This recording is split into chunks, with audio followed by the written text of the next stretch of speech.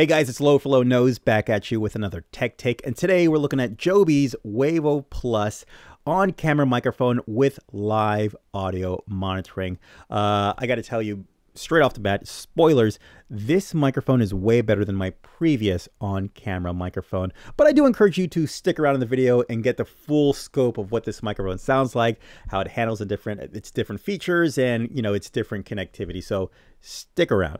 Let's get straight into what this microphone is all about. First of all, this is a shotgun microphone, meaning that it does provide a super-cardioid pattern, and its aim is to pick up everything in front of the microphone. So it's going to reject a lot of sound coming from the top, the bottom, the sides, and even the back, and it's going to focus on the voice in front of you, which is a good thing, especially for talking head situations like this, especially vlogging situations as well. Live audio monitoring, because you've got your headphone jack right at the bottom. What this does is so you can actually monitor the audio coming into the microphone.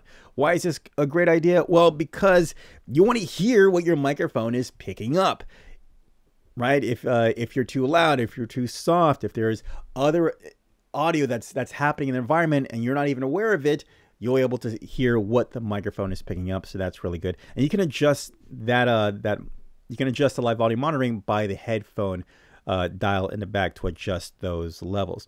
My favorite feature of this microphone is the auto power mode. I can't tell you with my previous on-camera microphone how many times I forgot to turn the power on, and I would just do projects, I would talk and all that stuff. I get into editing and then, oh, I have no audio. That is no longer a problem with the Wavo Plus, because with the auto power mode, as soon as you plug it into a source such as the mic jack or the line input jack, it detects it and it turns on by itself. So that's super awesome, man. As content creators, or whatever it is you're doing, the last thing you want to do is worry about on and off switches, and you just want to get to creating. So that's a plus, serious plus.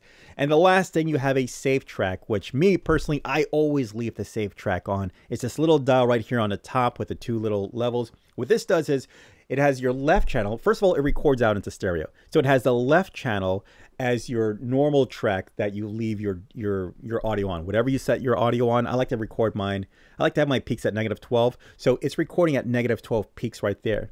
The save track, which is the right channel, records 10 decibels less, so it's recording at -22 decibels. This ensures that no matter what happens, even if you come across I didn't know it was gonna get loud. I didn't know it was gonna get loud kind of situation, you've got the save track right there, so you can just slide it in and replace it in post with, without corrupting or destroying your audio, which is a good thing, because I can tell you one thing: bad audio makes a bad video. So thank goodness for the save track.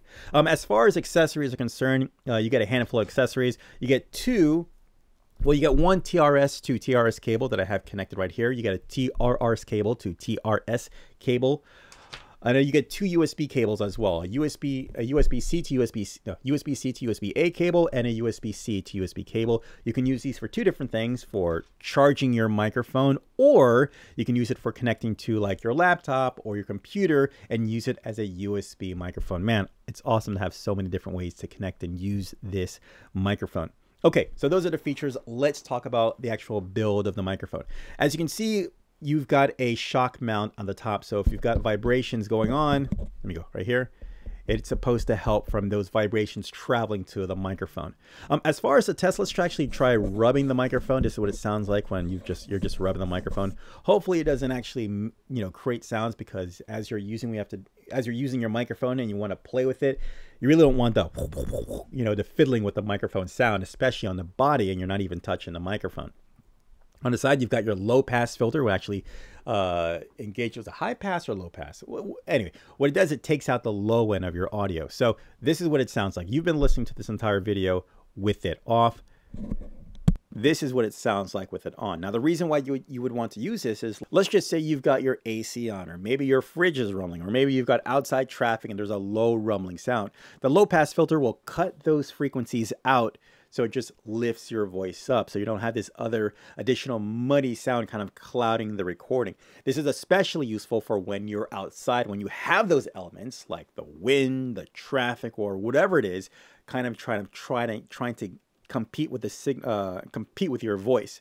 High pass filter works really great in that aspect. Now, maybe you're in a controlled environment like I am right here, and you don't have to use a high pass filter, but a lot of times you want to test it out for yourself because sometimes a low pass filter can actually improve the quality of someone's voice. So you test it out for yourself. Record your voice with it on, with it off, and you make that choice of if you like it with it on or off. And yeah. All right. And of course, right above that is our safe track switch. Again, you just switch it on. Right now I have it on, and I always leave it on because you might as well. It doesn't affect the audio quality at all, so you might as well have that save track engaged throughout the entire thing. Yeah, it's going to create a little more extra work in post, but it's so worth it for clean audio. Getting onto the other side of the microphone, I have your 3 presets of audio. So your first one is -10 decibels, which means if you were like at a concert or a loud environment, you definitely want to have this on so you're not overloading the microphone. You have your 0 at unity. Basically, if you're in a controlled environment like this and you're in control of the sources that's hitting the microphone, you can leave it at that and just set your levels. And if you're in a really quiet environment where you want to boost up the levels without actually getting loud, then you can go to the +15 setting on this, so you can raise it up +15 decibels. Also, like I said before, you have your volume switch for the monitoring. You've got your switch for the USB. Not switch. You have your USB-C port, so you can actually charge it or connect it to your computer. And also you have your power switch at the top where, let's just say, you're connected to a device that doesn't support the auto power, which so many devices do, but you can turn it on and turn it off manually from there. All right, so this is that's the Wavo Plus right now connected to my personal recorder. Let's connect this to my computer so you can get a sense of what that sounds like. Okay, so this is what the Joby Wavo Plus sounds like being used as a USB microphone connected to my computer. And for my previous test, the difference is indistinguishable. It sounds just as good as a personal recorder or on the computer. Yeah, it's a microphone. I mean, what else is it supposed to do, right? I want to mention this because I failed to mention this earlier. Joby does feature 30 hours of battery life, which is a lot of time. What's even better, since it does have that auto power mode, you don't have to worry about leaving the battery on and it dying overnight. No, it doesn't use the power unless it's connected to something it's being used, which is freaking awesome. A plus for the Joby Wavo Plus. All right, let's get back to the table. All right, so let's get to the thing that you're eager to know. What does this sound like on top of the camera? Well, let's jump straight to it. All right, so this is what it sounds like connected directly to my camera, and I like having it set at -12 decibels on my camera, and of course at unity on the microphone, and with a safe track on as well. So if anything happens, I'm good to go and I'm safe, and I can just always adjust it in post. Okay, let's bring this outside for a vlogging experience so you can get a better sense of how this microphone performs outside with the with the pop filter and also engaging the low cut filter. So let's go. All right, and here's a quick test of what it sounds like when it's outside. Again, I've got a whole bunch of cars just driving next by. I got a lawnmower. They're also moving as well. People just kind of doing yard work, and it's not a quiet environment. And let me see here. Yeah, and I've got the, what do you call it again? I got the low pass filter set off. So what I'm gonna do now is I'm gonna turn it on, and you now get a sense of what it sounds like with the low pass on. Look at AC buzzing right there.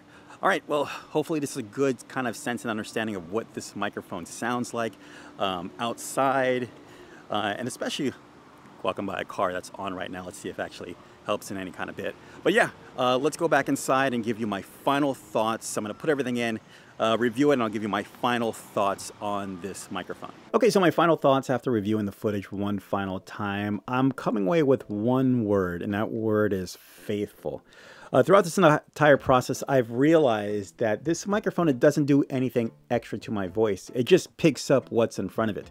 Having the additional features of the high pass filter to remove those low ends, or maybe it just kind of enhances your voice, is a great option. And also having the safe track to make sure that you're not going to clip in various situations. And also my favorite part of having the auto power mode, so I'm never forgetting to turn the power on my microphone. Great features all around. And again, it's faithful. What you hear is what you get, and this is great value for this microphone and the different ways you can connect this. Again, personal recorder, use it as a USB microphone, and also connect it directly to your camera as well. Do I have any shortcomings or gripes about this microphone? You know, to tell you the truth, not really. I mean, it just does what it's supposed to do. And yeah, that's about it. Yeah, I really can't think of anything. Yeah, you know, is it perfect?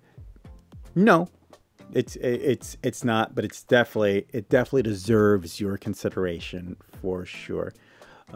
So yeah.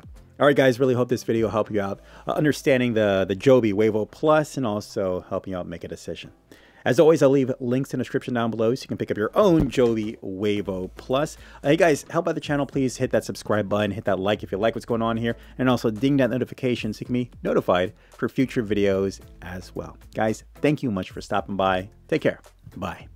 All right, Joby. What do you say we go and wave to those out there who maybe, you know, when we were kind of vlogging out there? I don't know. You gonna say anything?